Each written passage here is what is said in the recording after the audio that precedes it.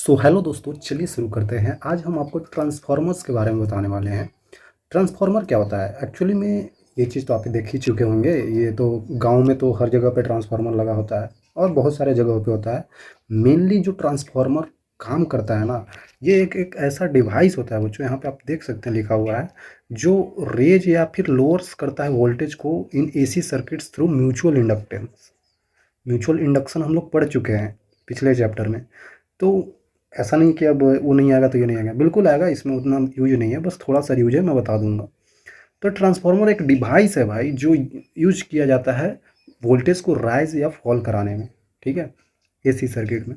तो ये बेसिकली आपको ये पिक्चर देख के आपको लग रहा हो कि ये कैसा ट्रांसफार्मर है भाई। ऐसा तो हमारे घरों के पास नहीं होता है, गाँव में ऐसा नहीं होता है।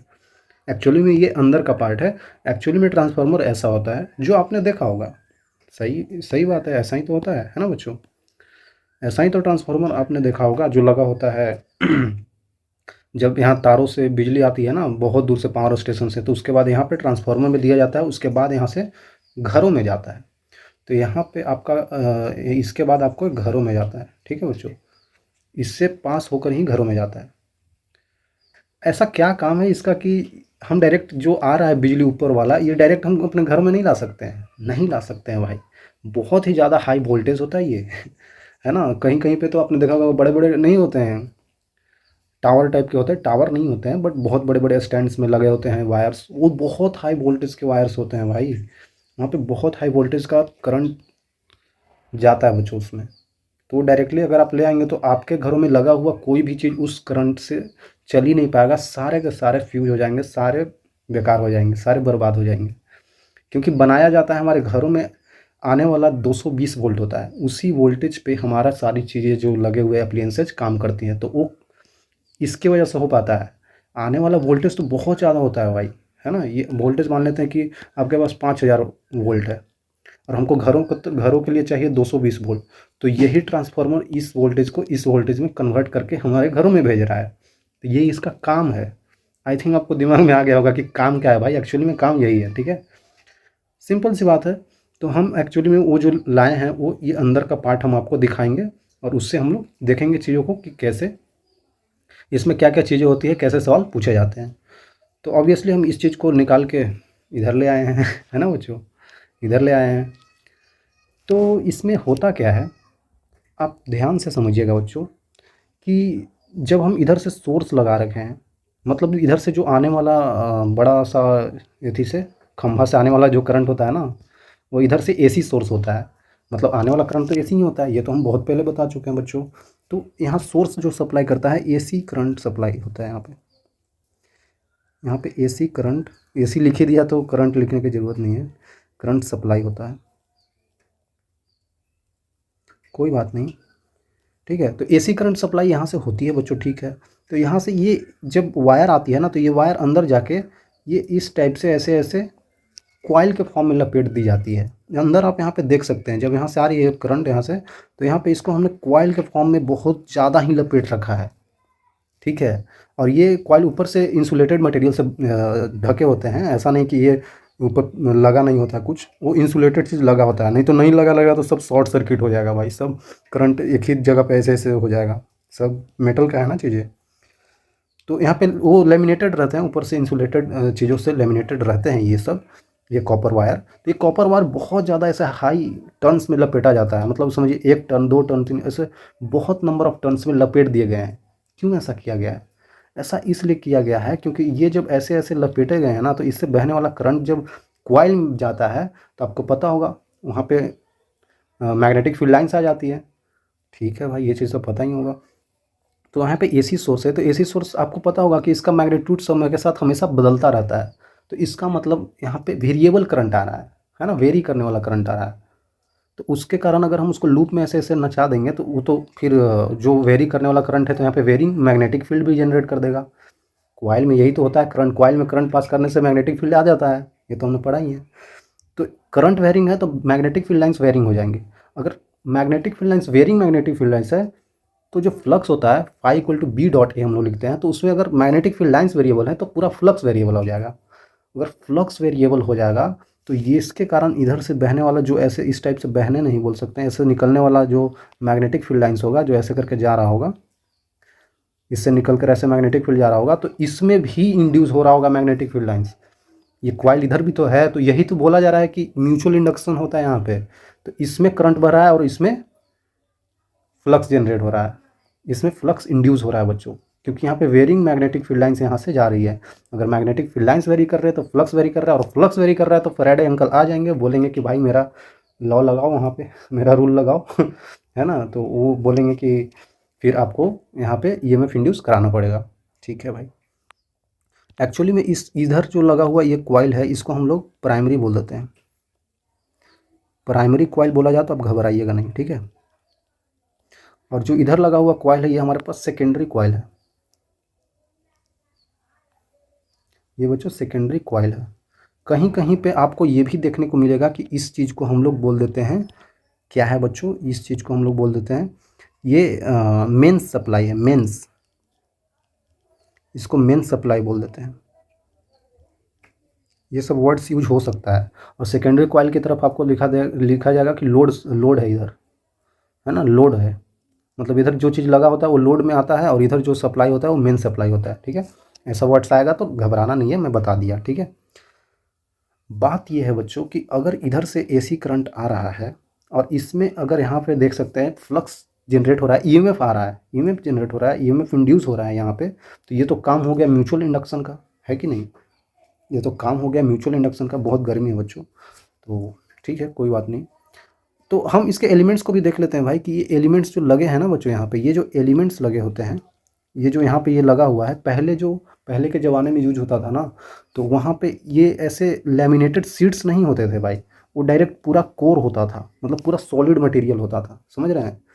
यहाँ पे जो आप ये देख रहे हैं ना, ये पूरा सॉलिड होता था, इसमें काट काट के लैमिनेटेड शीट्स नहीं यूज कर सकते थे, पहले कर सकते थे लेकिन पहले करते नहीं थे, क्योंकि उतना जानकारी नहीं था। लेकिन धीरे धीरे हमको पता चला कि इस ट्रांसफार्मर में लॉसेज ज़्यादा हो रही है, अभी बताने वाला हूँ।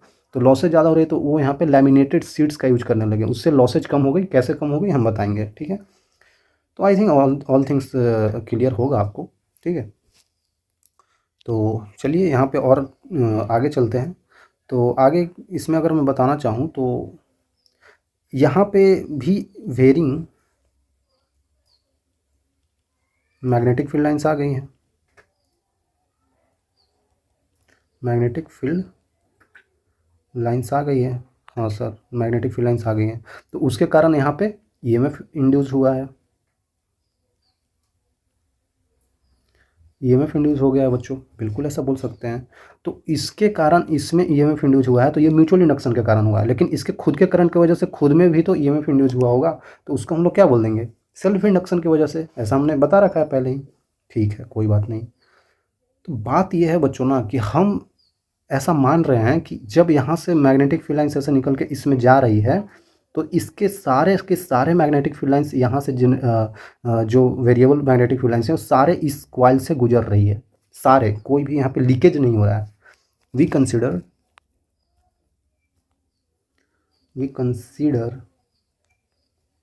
ऐसा हम मान के चलते हैं, we consider there is no flux leakage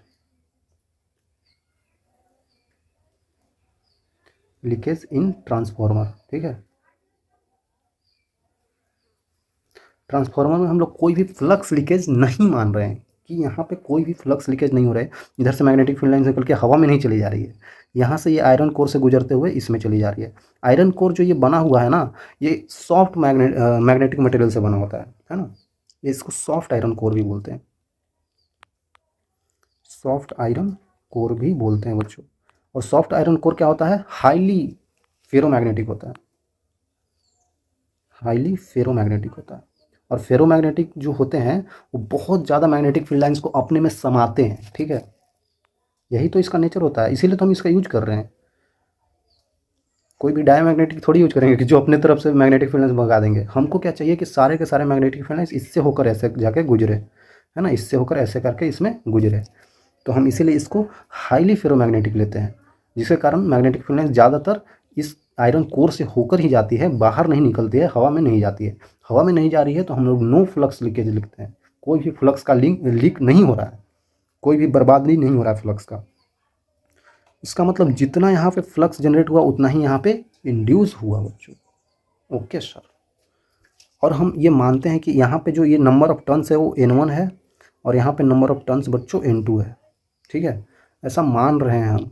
ये जितने टर्न्स बन रहे होंगे ना, धीरे धीरे बहुत सारे टर्न्स हैं, तो N1 टर्न्स, अब इधर वाले टर्न्स को N2 टर्न्स बोल सकते हैं। या फिर यहाँ पे लिख सकते हैं आप, ये N प्राइमरी का है और यहाँ पे नंबर ऑफ टर्न्स सेकेंडरी का है, नंबर ऑफ टर्न्स सेकेंडरी का है, ऐसे ही बोल सकते हैं, कोई दिक्कत नहीं है।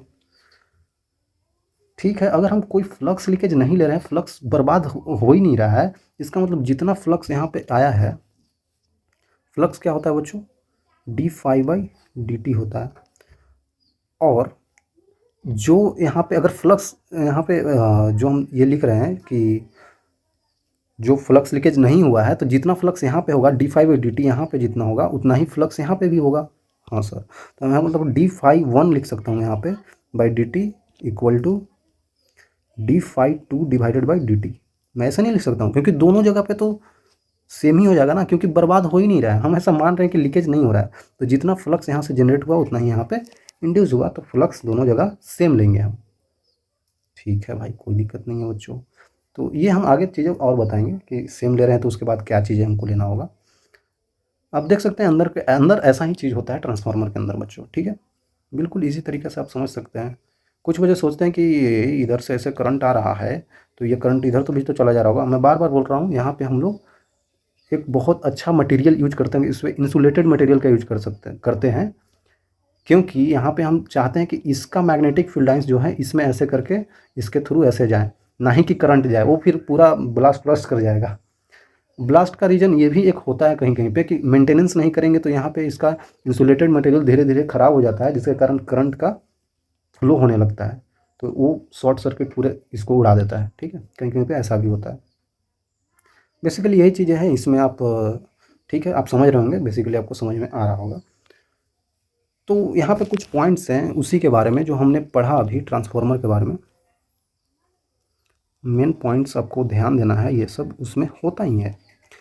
ट्रांसफार्मर जो हम बना रहे हैं वो वर्क करता है सिर्फ एसी पे, डीसी पे वर्क नहीं करता है। डीसी पे कैसे वर्क करेगा भाई, बताइए आप, डीसी पे कैसे वर्क करेगा। यहाँ से जब एसी सप्लाई आ रहा है तभी तो इसमें वेरिएबल करंट आ रहा है, उसके कारण यहाँ पे वेरिएबल मैग्नेटिक फील्ड्स जनरेट हो रहे हैं, उसके कारण ईएमएफ फ्लक्स आ रहा है, उसके कारण ईएमएफ जनरेट हो रहा है, और फ्लक्स वेरिएबल है क्योंकि मैग्नेटिक फील्ड लाइंस वेरिएबल है। तो ये सब किसके कारण हो रहा है, जब करंट एसी आ रहा है, जिस करंट का मैग्नीट्यूड समय के साथ चेंज हो रहा है। लेकिन अगर हम डीसी सप्लाई कर दें, 5 वोल्ट की बैटरी लगा दें, तो ये तो बस 5 वोल्ट का सप्लाई करेगा। आखिरकार मैग्नेटिक फील्ड लाइंस कैसे वेरिएबल आएगा, कैसे यहाँ पे फ्लक्स वेरिएबल आएगा, कैसे ईएमएफ इंड्यूस होगा, होगा ही नहीं। करंट ही चेंज नहीं होगा तो मैग्नेटिक फील्ड लाइंस आएगा कहाँ से आएगा ही नहीं भाई, कैसे आ जाएगा, बिल्कुल नहीं आएगा। हमको variable magnetic field lines generate करना है। ठीक है, और करंट उसके लिए वेरी करना चाहिए, तो करंट वेरी नहीं करेगा तो नहीं होगा। तो एसी में करंट वेरी करता है, तो इसीलिए हम एसी का यूज कर सकते हैं, डीसी का नहीं। ठीक है, इट कैन इंक्रीज और डिक्रीज आइदर वोल्टेज और current but not both simultaneously. दोनों को एक साथ कैसे नहीं कर पाएगा, मैं आप आगे बता दूंगा। जो ट्रांसफार्मर है एक बार में करंट को ही मैक्सिमाइज कर सकता है, या फिर वोल्टेज को कम कर सकता है, या फिर वोल्टेज को बढ़ा सकता है, या करंट को कम कर सकता है। दोनों एक साथ कैसे करेगा, नहीं कर पाएगा, क्योंकि पावर लॉस हो रहा है ना। पावर का फॉर्मूला अगर पढ़ा देंगे, अभी हम बताने वाले ये चीज़। ठीक है, transformer does not change the frequency of AC input. ये तो थोड़ी चेंज करता है। ट्रांसफार्मर काम क्या कर रहा है आपको मैं पहले ही बता दिया, ये सिर्फ वोल्टेज को कम बेसी कर रहा है बच्चों, है ना, वोल्टेज को कम बेसी कर रहा है। फ्रीक्वेंसी तो जो दिया जा रहा है वो तो लेगा ही, उसमें चेंज कैसे कर देगा। ये तो हमारा ट्रांसफार्मर का काम ही है वोल्टेज को चेंज कराना। फ्रीक्वेंसी तो जो दे रहा है वहाँ से आ रही है खंभों से, पावर स्टेशन से, वो तो वही रहेगा। वो थोड़ी, वो तो सोर्स से दिया गया चीज़ होता है, वो चेंज नहीं होता है, बिल्कुल आसान बात है। एक और पॉइंट है कि there is no electrical connection between the winding but they are linked with magnetically. वही तो बोल रहा हूँ आपको कि यहाँ पे कोई भी इलेक्ट्रिकल कनेक्शन नहीं है। मतलब यहाँ पे करंट ऐसे करके, इसमें करंट ऐसे नहीं जा रहा है, करंट नहीं जा रहा है, यहाँ पे ऐसे ऐसे है कॉइल्स, तो इसके कारण यहाँ पे मैग्नेटिक फील्ड लाइन्स ऐसे करके जा रही है। तो मैग्नेटिक फील्ड लाइन्स यहाँ पे मैग्नेटिक कनेक्शन है, इलेक्ट्रिकल कनेक्शन नहीं है भाई। ठीक है, कॉइल से यहाँ से करंट आ रहा है, इधर करंट जा रहा है, ठीक है, लेकिन यहाँ काम इसका मैग्नेटिक फील्ड जनरेट कराना है, ठीक है। तो ये आपको क्लियर होगा, कोई भी इलेक्ट्रिकल कनेक्शन नहीं है। Effective resistance between the primary and secondary winding are infinite. अच्छा, वाइंडिंग जो होता है यहाँ पे प्राइमरी और सेकेंडरी को मिला दे तो यहाँ पे बहुत इनफाइनाइट रेजिस्टेंस क्रिएट हो जाएगा, क्योंकि हमने बहुत ज़्यादा वायर लिया है ना बच्चों, यहाँ पे वाइंडिंग जो किया है बहुत ज़्यादा नंबर ऑफ टर्न्स हो जा रहे हैं। तो उसके कारण यहाँ पे दोनों को मिला देंगे, दोनों को इफेक्टिव रेजिस्टेंस बोल रहा है, दोनों को मिलाने के बाद इनफाइनाइट तक पहुँच जाता है, मतलब बहुत ज़्यादा हो जाता है, ठीक है। फ्लक्स पर turn off each coil must be same, ये पॉइंट अभी आपको समझ में आएगा। फ्लक्स दोनों में सेम है। मैं ये बोला था, पीछे ही लिखा हूँ मैंने, कि जो फ्लक्स d∅1 में था dt डिवाइडेड बाई वही d∅2 डिवाइडेड बाई dt था। मतलब कि जो प्राइमरी में था फ्लक्स चेंज वही यहाँ पे सेकेंडरी में हो रहा है, क्योंकि हमने बोला कोई भी फ्लक्स लिखे नहीं है भाई। सर इतने बार क्यों बोलते हो? अब आपको पता होगा बच्चों कि अगर हम यहाँ पे लिखना चाहें कि प्राइमरी में जो वोल्टेज होगा वो कितना होगा, मतलब कि ईएमएफ हम लोग जो लिखते हैं ना प्राइमरी में, प्राइमरी जो होता है उसमें अगर हम लोग ईएमएफ लिखें तो वो क्या होता है, निगेटिव ऑफ d∅1 हो जाएगा डिवाइडेड बाई dt हो जाएगा। ये एक कॉइल के एक टर्न की वजह से होता है, ऐसे हमारे पास n1 नंबर ऑफ टर्न्स हैं। Okay sir. उसी तरीक़ा से सेकेंडरी में देखें तो सेकेंडरी में अगर हम देखें बच्चों तो वहाँ पे ईएमएफ क्या हो जाएगा, negative of d∅2 upon dt होता है। लेकिन ये एक टर्न की वजह से ऐसे सेकेंडरी में n2 नंबर ऑफ टर्न्स हैं। मान लेते हैं, अपने बोलेंगे कि सर यहाँ पे आप NP लिखे n सेकेंडरी, अरे भाई यहाँ पे n1 भी लिख लो यार, कोई दिक्कत नहीं, यहाँ पे n2 लिख लो, कोई दिक्कत नहीं, दोनों में से कुछ भी लिख सकते हैं, ठीक है। अब आप ये बता सकते हैं कि ये ईएमएफ किसका है, प्राइमरी का, मतलब ईएमएफ 1 है, और ये ईएमएफ किसका है, सेकेंडरी का, सेकेंडरी कॉइल का। तो अगर हम इन दोनों को डिवाइड कर दें, फर्स्ट डिवाइडेड बाई सेकेंड, अगर हम डिवाइड कर दें तो यहाँ से क्या मिलेगा हमको, EMF1 divided by EMF2 equal to N1 by N2। Sir ये तो d∅ बाई dt लिखे ही नहीं, क्योंकि d∅1 और d∅2 दोनों बराबर है भाई, दोनों तो कट जाएगा। ओके, तो आपको पता चल गया कि EMF का रेशियो नंबर ऑफ टर्न्स का रेशियो के बराबर होता है, और यही EMF जो हम ले रहे हैं इसी को हम लोग वोल्टेज भी बोल देते हैं। ऐसे एग्जैक्टली वही नहीं आता, लेकिन हम ले लेते हैं कि इसको हम लोग वोल्टेज बोल सकते हैं। जो EMF आया हमारे पास, EMF of coils will same as voltage of coil, ठीक है, हम बिल्कुल वही ले लेते हैं भाई। तो यहाँ पे हम लिख सकते हैं ना कि जो E1 है वो V1 हो जाएगा, E2 है वही V2 हो जाएगा। तो मतलब हम V1 बाई V2 का रेशियो भी अब बता सकते हैं, जो कि N1 बाई N2 के बराबर होगा। हाँ सर बता सकते हैं। तो आई थिंक आपको क्लियर होगा बच्चों, है ना। तो चीज़ें बहुत आसान है यार, कोई इसमें दिक्कत नहीं होना चाहिए बच्चों आपको, ठीक है। अभी तक क्लियर होगा, दिक्कत नहीं होना चाहिए। तो यही तो यहाँ पे बोल रहा था, फ्लक्स पर टर्न, फ्लक्स पर टर्न बोल रहा है, किधर गया यार, फ्लक्स पर टर्न इनका सेम होता है, वही है, मतलब कि ईएमएफ दोनों जगह पे अगर रेशियो ले लें तो नंबर ऑफ टर्न्स के रेशियो में आ जाता है, क्योंकि दोनों तरफ का फ्लक्स सेम होता है, ठीक है, वही यहाँ पे बोल रहा है सेम होता है, ठीक है। चलिए देखते हैं टाइप्स ऑफ ट्रांसफार्मर, जल्दी से देख लेते हैं बच्चों, ये तो बहुत आसान है। टाइप्स ऑफ ट्रांसफार्मर में एक होता है हमारे पास step up, step up transformer होता है, एक होता है स्टेप डाउन। नाम से बिल्कुल आसानी से क्लियर है आपको कि स्टेप डाउन मतलब कि, और स्टेप अप की मतलब कि, स्टेप अप है मतलब कि यहाँ पे इधर होगा नंबर ऑफ टर्न्स कम और इधर होगा नंबर ऑफ टर्न्स बहुत ज़्यादा बच्चों, ठीक है। अब इसी का उल्टा स्टेप डाउन में हो जाएगा, मतलब यहाँ पे हो जाएगा, ये देखिए, ठीक है। आप साफ साफ देख सकते हैं कि ये प्राइमरी है, इधर प्राइमरी कॉइल है, इधर सेकेंडरी है। प्राइमरी यहाँ पे है और सेकेंडरी यहाँ पे है। बात ये है बच्चों कि इधर जो नंबर ऑफ टर्न्स होगा वो n1 हम मान लेते हैं, इधर नंबर ऑफ टर्न्स को हम लोग n2 मान लेते हैं, इधर वाला n1 इधर वाला n2। तो आपको यहाँ पे साफ साफ पता चल जाएगा कि यहाँ पे n2 नंबर ऑफ टर्न्स ज़्यादा है n1 से, क्योंकि ये स्टेप अप है। यहाँ पे n1 ज़्यादा है n2 से, ठीक है। यहाँ पे पहले ही नंबर ऑफ टर्न्स ज़्यादा हो गया है इससे।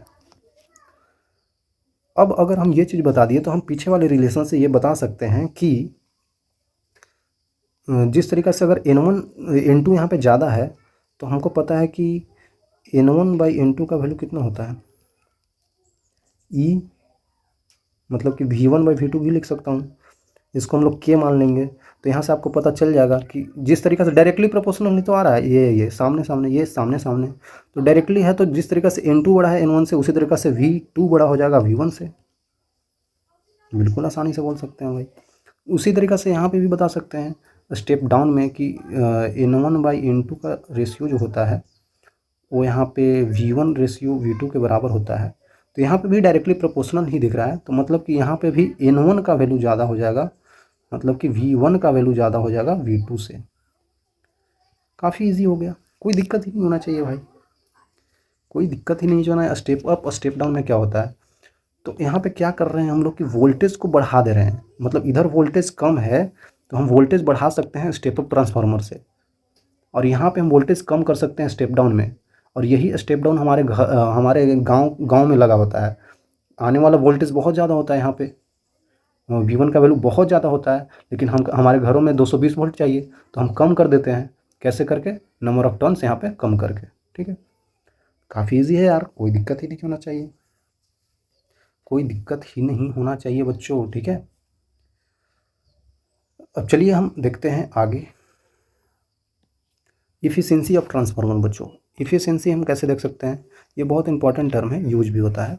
इफ़िशियंसी को हम लोग एन से रिप्रेजेंट कर सकते हैं, परसेंटेज एन। तो आपको मैं बता दूं कि इफ़िशियंसी जो होता है वो होता है जो पावर आउटपुट हुआ है डिवाइडेड बाई पावर जो अंदर आया है इंटू 100,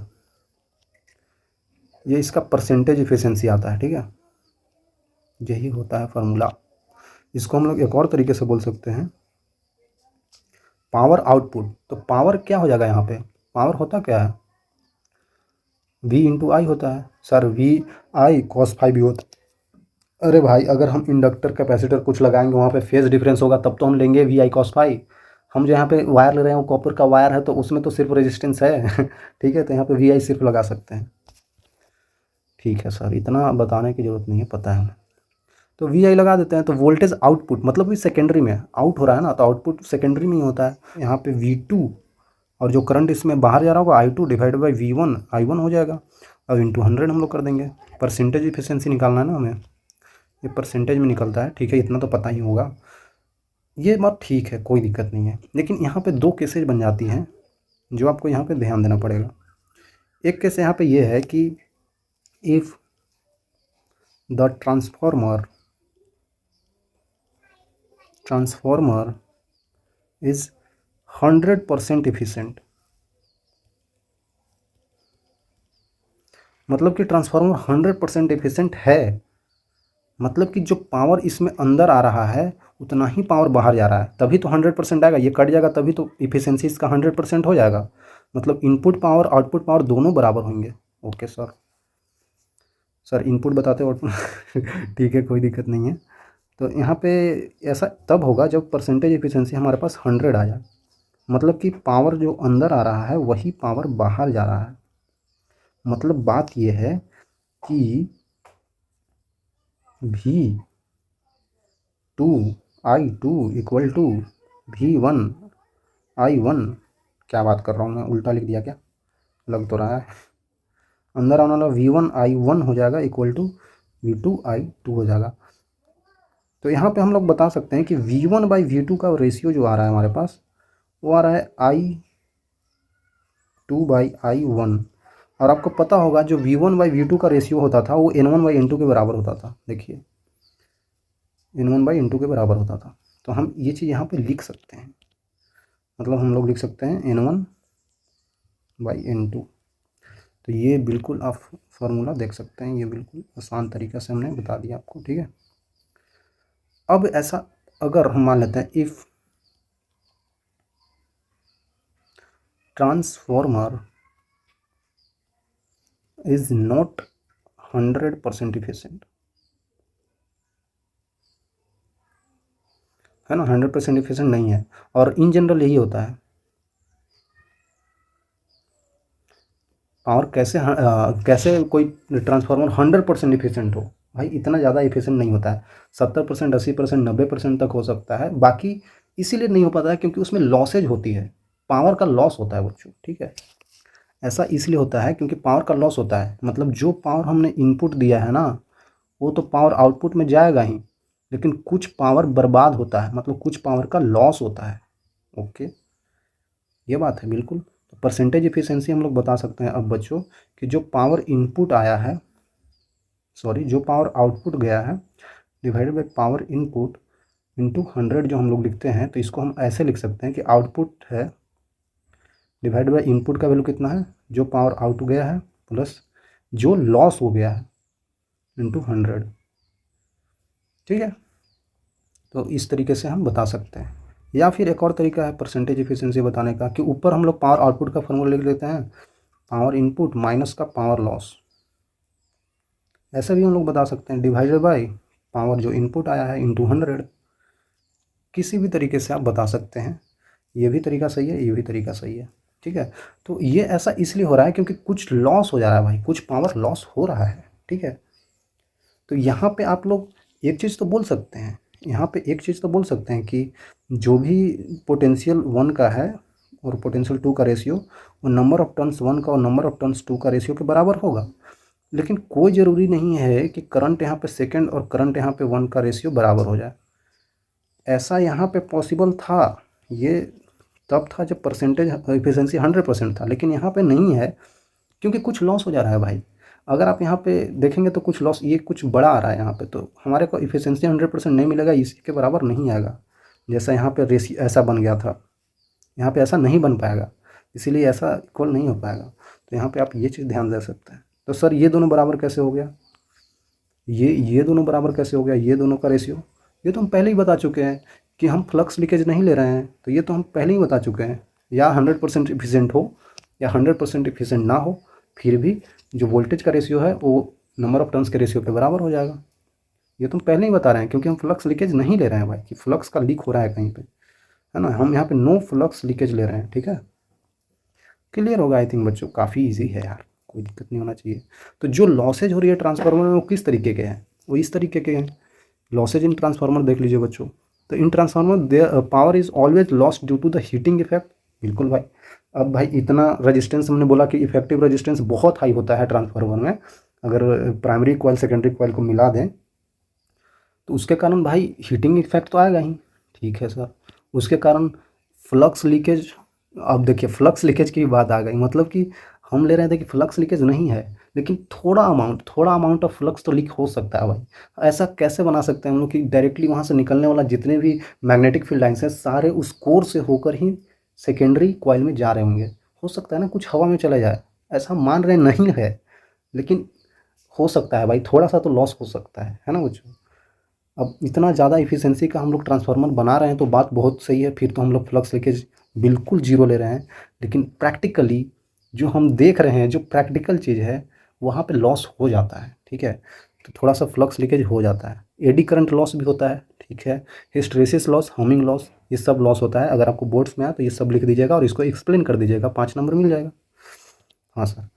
तो कॉपर लॉस को ही हम लोग वो बोलते हैं, यहाँ पे ये अच्छे से लिखा नहीं है, कौन ऐसे लिखता है यार। यहाँ पे आई स्क्वायर आर होता है ना बच्चों, तो आई स्क्वायर आर लिख दीजिए आप। तो बात ये है कि कॉपर लॉस मतलब है कि ये वही करंट लॉस की ही बात हो रही है, हीटिंग इफेक्ट की ही बात हो रही है। कॉपर का जो कोर हम बना रखे हैं ना, जो लैमिनेटेड शीट्स में यूज हो रहा है, जो यहाँ पे सॉरी क्या बोल रहा हूँ मैं, सॉरी कॉपर वायर जो यूज हो रहा है वो तो laminated sheet soft iron core का बना हुआ है, लेकिन कॉपर लॉस जो हम लोग वायर ले रहे हैं, जो कॉइल ले रहे हैं, वो कॉपर का है, ठीक है।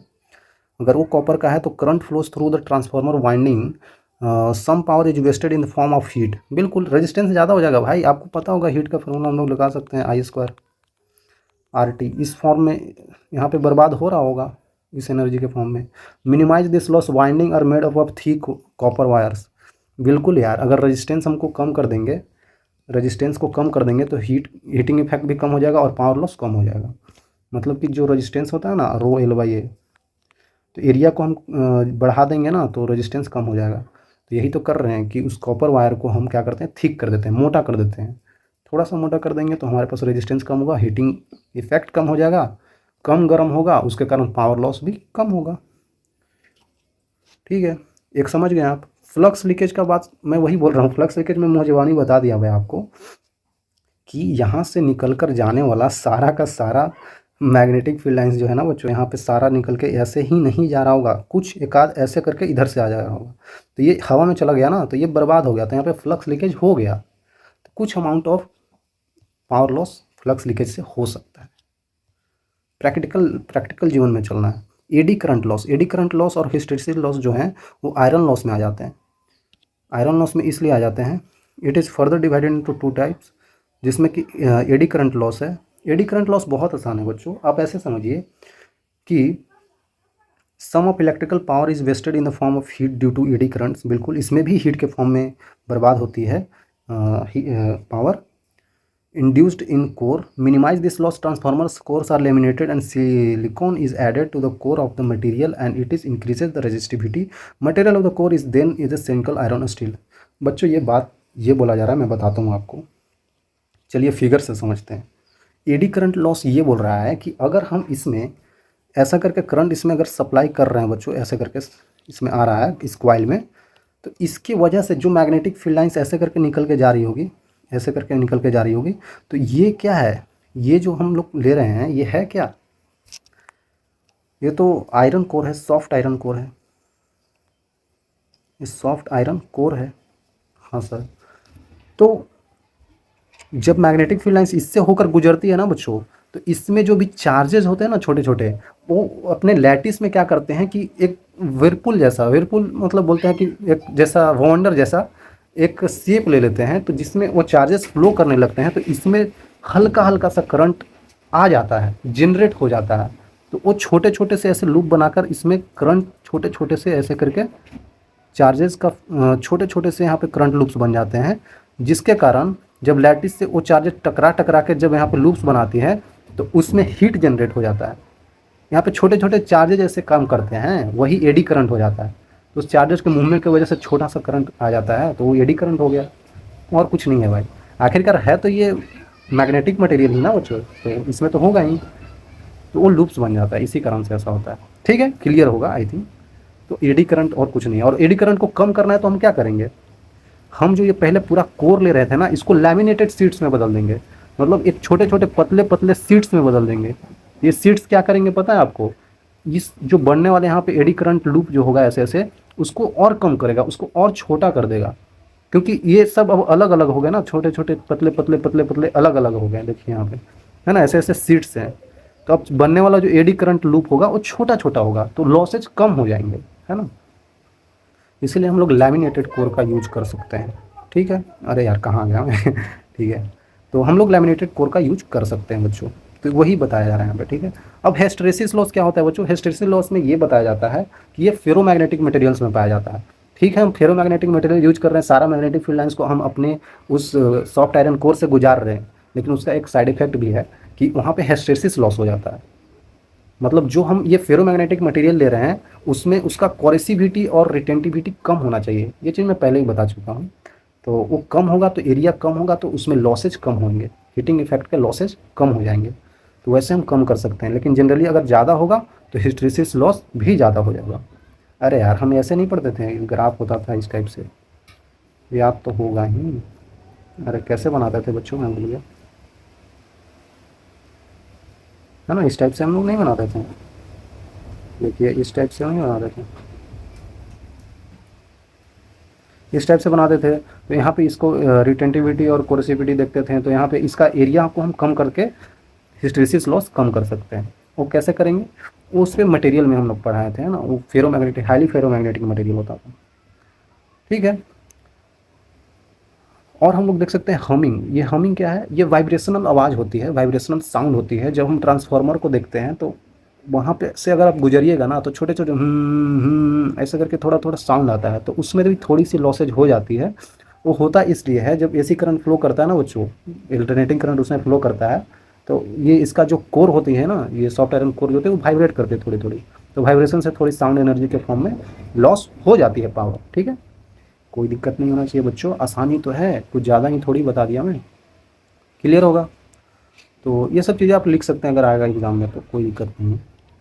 यूजेज ऑफ ट्रांसफार्मर में देख सकते हैं, यूज तो बहुत सारे हैं। Transformer use in most of the AC operation, सारे हमारे घरों में लगे हुए अप्लायंसेस लगभग लगभग एसी पे काम कर रहे हैं, तो वो सब तो जरूरी है ही। वोल्टेज रेगुलेटर, टीवी, रेफ्रिजरेटर, बहुत सारे यूज है बच्चों, आप खुद से पढ़ लीजिएगा, है ना। यहाँ पे वाइंडिंग पर्पज़ के लिए, ट्रांसमिशन ऑफ लॉन्ग डिस्टेंस, बहुत सारी चीज़ें हैं। रेडियो फ्रिक्वेंसीज में भी यूज किया जाता है रेडियो कम्युनिकेशन के लिए। Transformers are also use in impedance matching, बहुत सारी चीज़ें हैं, आप पढ़ लीजिएगा। यूजेस तो आप खुद से ही देख सकते हैं। सवाल कर लेते हैं, कुछ छोटे छोटे से सवाल है जल्दी से बच्चों। आइडियल ट्रांसफार्मर है हमारे पास, मतलब 100% इफिशिएंट होगा। जो 100% इफिशिएंट है वो आइडियल होगा, जिसके पास नंबर ऑफ टर्न्स प्राइमरी में इतना है, सेकेंडरी में इतना है। देखिए प्राइमरी सेकेंडरी में बोल दिया। The primary voltage is connected with 6 volt battery, then the secondary voltage will be. बात यह है कि बहुत आसान है। देखिए आपको जो नंबर ऑफ टर्न्स प्राइमरी में दे रखा है 500 टर्न्स है, नंबर ऑफ टर्न्स सेकेंडरी में जो दे रखा है 5000 टर्न्स है, और आपको वोल्टेज दे रखा है, प्राइमरी का वोल्टेज दे रखा है 6 वोल्ट का, और सेकेंडरी का वोल्टेज पूछ रहा है। तो हमने बताया है बच्चों कि अगर आइडियल भी है तो, और नहीं भी आइडियल है, तो उसका नंबर ऑफ टर्न्स का रेशियो, नंबर ऑफ टर्न्स का रेशियो जो होता है वो वोल्टेज को रेशियो के बराबर होता है। ओके, कोई दिक्कत नहीं है, ये तो पढ़ा ही है हमने। तो number of turns 500 divided by 5000 equal to 6 volt divided by V S. ये 0000, ये 10 बार में, तो यहाँ पे वी एस का वैल्यू हमारे पास 60 वोल्ट आ गया। हमारे पास ये 60 वोल्ट आंसर हो गया, ये 60 वोल्ट। और हम ऐसे करके आगे बढ़ जाएंगे। भाई आपने कचड़ा कर दिया, गलती कर दिया बच्चों। अरे सर इतना शौक क्यों देते हो? ये गलत है, बिल्कुल गलत है, सरासर गलत है। क्या बात कर रहे हो? आपने ही तो बताया गलत पढ़ाते हो मास्टर। मैं गलत नहीं बता रहा हूँ बच्चों, आपको थोड़ा ध्यान देना पड़ेगा। हमने बात बोली है कि जो हमारे पास एसी सप्लाई आता है वो, है ना, वो मेन सप्लाई होता है। और मेन सप्लाई क्या होता है बच्चों? वहाँ पे एसी सोर्स से कनेक्टेड होता है। यहाँ पे voltage is connected to the 6 volt battery. भाई आपने बैटरी से कनेक्ट कर दिया, ये डीसी है, डीसी वोल्टेज है ये, है ना, ये डीसी वोल्टेज है। आपने बैटरी से कनेक्ट कर दिया है। बैटरी से कनेक्ट करने पे डीसी वोल्टेज पे काम ही नहीं करता है, ट्रांसफार्मर काम ही नहीं करता है, तो आगे आने वाला आउटपुट वोल्टेज, आउटपुट करंट सब जीरो हो जाएगा।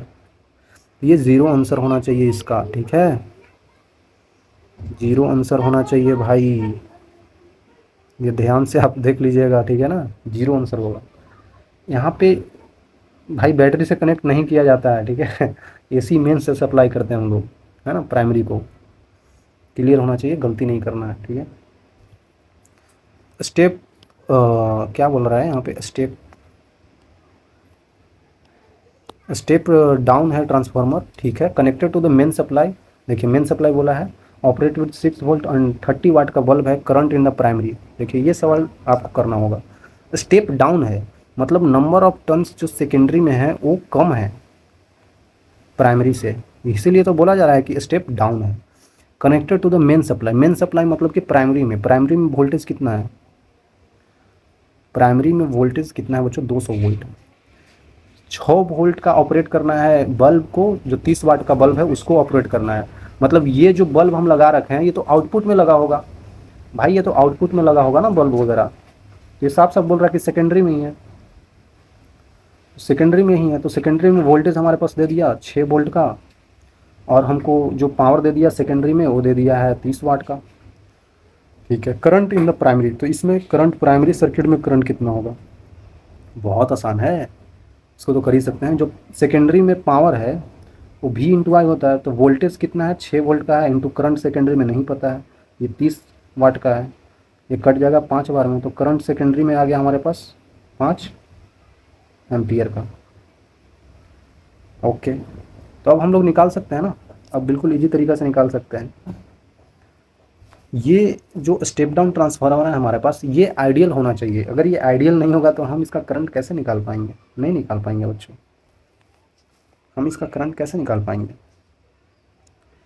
इसीलिए पावर दोनों में सेम होना चाहिए। ये आइडियल होगा तभी तो सोल्व होगा। आइडियल नहीं होगा तो इसका पावर देना पड़ेगा, यहाँ पे दिया ही नहीं है तो हम पावर इसका ले लेंगे। मतलब पावर बराबर 30 है वाट बराबर वोल्टेज यहाँ पे कितना ले लेंगे, 200 volt into current in primary. कितना आ जाएगा बच्चों? ये कट जाएगा तो 0 पॉइंट आ जाएगा 15 एम्पियर आ जाएगा। तो आप ये टिक कर सकते हैं, ऐसे भी कर लीजिए, या फिर आपने ये फिर निकाला ही क्यों? ये निकाला इसलिए क्योंकि जो हम रेशियो पढ़े थे ना, voltage of primary upon voltage of secondary equal to current in secondary upon current in primary, तो उसका यूज कर सकते हैं, इसीलिए हमने निकाला है। तो देख सकते हैं 200 आ जाएगा, यहाँ पे आ जाएगा 6 इक्वल टू सेकेंडरी में करंट 5 है, हमको प्राइमरी में करंट चाहिए, तो ये बिल्कुल आसानी से आप निकाल सकते हैं। 6 पचे 30 हो जाएगा, ये एक जीरो कट जाएगा, नीचे 3 आ जाएगा, तो करंट इन प्राइमरी हो जाएगा 3/20, और यहाँ से भी यही आएगा। तो ये ऐसा तब हो पाया है क्योंकि ये आइडियल ट्रांसफार्मर होगा तभी हो पाएगा बच्चों, हम बता रहे हैं इसीलिए हो पा रहा है। अगर आइडियल नहीं होगा तो इसको देना पड़ेगा, इसका पावर दिया ही नहीं है तो हम आइडियल मान लिए। एक और आसान प्राइमरी वोल्टेज है हमारे पास, इसमें बोला जा रहा है कि वीपी है, ठीक है, और resistance of the primary winding आपको देखा है RP, number of turns in primary and secondary आपको एनपी एनएस दे रखा है। सेकेंडरी करंट बताना है इन प्राइमरी वोल्टेज के टर्म में, और सेकेंडरी वोल्टेज भी बताना है। चलिए कोई बात ना, पहले हम ये चीज़ देख लेते हैं कि सेकेंडरी करंट कितना होगा बच्चों। बिल्कुल आसानी से बता सकते हैं कि हमको सेकेंडरी करंट बताना है वो कितना होगा। आपको एक रेशियो पता होगा क्योंकि वो रेशियो के ही बेसिस पे हम सॉल्व कर पाएंगे, तो नहीं कुछ दे रखा है तो आइडियल मानना ही पड़ेगा बच्चों, तभी सॉल्व हो पाएगा। तो यहाँ पे number of turns in primary divided by number of turns in secondary equal to voltage in primary upon voltage in secondary equal to current का उल्टा हो जाता है, I S upon I P हो जाएगा आइडियल के लिए। ठीक है बच्चों, हम ऐसा मान रहे हैं तभी सॉल्व हो पाएगा। तो हम देख लेते हैं कि आई एस कितना होगा भाई। तो आई एस का वैल्यू जो हम लोग देख रहे हैं यहाँ पे बच्चों, वो N P upon N S into I P आ रहा है, और हमको दे रखा कि प्राइमरी वाइंडिंग का रेजिस्टेंस इतना है। तो प्राइमरी वाइंडिंग का अगर रेजिस्टेंस इतना है तो करंट कितना होगा भाई? तो आई इन प्राइमरी कितना हो जाएगा बच्चों, वी प्राइमरी इंटू आर हो जाएगा, जो कि आर पी है। तो इसका हम लोग यूज कर सकते हैं यहाँ पे, ऐसा कोई दिक्कत नहीं है। तो N P divided by N S, और यहाँ पे आ जाएगा A V P R P. तो यहाँ पे ये सॉल्व किया जा सकता है कि करंट इन सेकेंडरी कितना होगा। सॉरी यार, मैं क्या लिख रहा हूँ, बटा में होता है ना, I equal to delta V upon R. बच्चों ये गलती नहीं करना है। तो इसके बाद अगर हम वी पी देखें तो यहाँ पे V P N P by N S R P, बिल्कुल ये ऑप्शन सही लग रहा है। बाकी ऑप्शंस में तो स्क्वायर है, तो बाकी ऑप्शंस तो हो ही नहीं सकता, तो ये ऑप्शन सही है। बिल्कुल इजी है यार, हो गया सॉल्व कुछ करना ही नहीं है। दूसरे में हम लोग सेकेंडरी वोल्टेज पूछ रहा है। सेकेंडरी वोल्टेज तो इसी में लिख रखा है यार, ये गलत ऑप्शन मेरे को लग रहा है ना। सेकेंडरी वोल्टेज निकालना है तो इसी में दे रखा है। अच्छा, in terms of secondary voltage निकालना है, okay okay, in terms of secondary voltage. Primary current को in terms of secondary voltage, मतलब कि प्राइमरी वोल्टेज को हटा दो। तो आई एस का वैल्यू एक और तरीके से लिख सकते हैं, N P divided by N S into V P का वैल्यू हम लोग रख देते हैं यहाँ पे, वी पी का वैल्यू इस तरीके से इसमें सॉल्व कर लेते हैं, तो इसको इधर ले जाएंगे, है ना।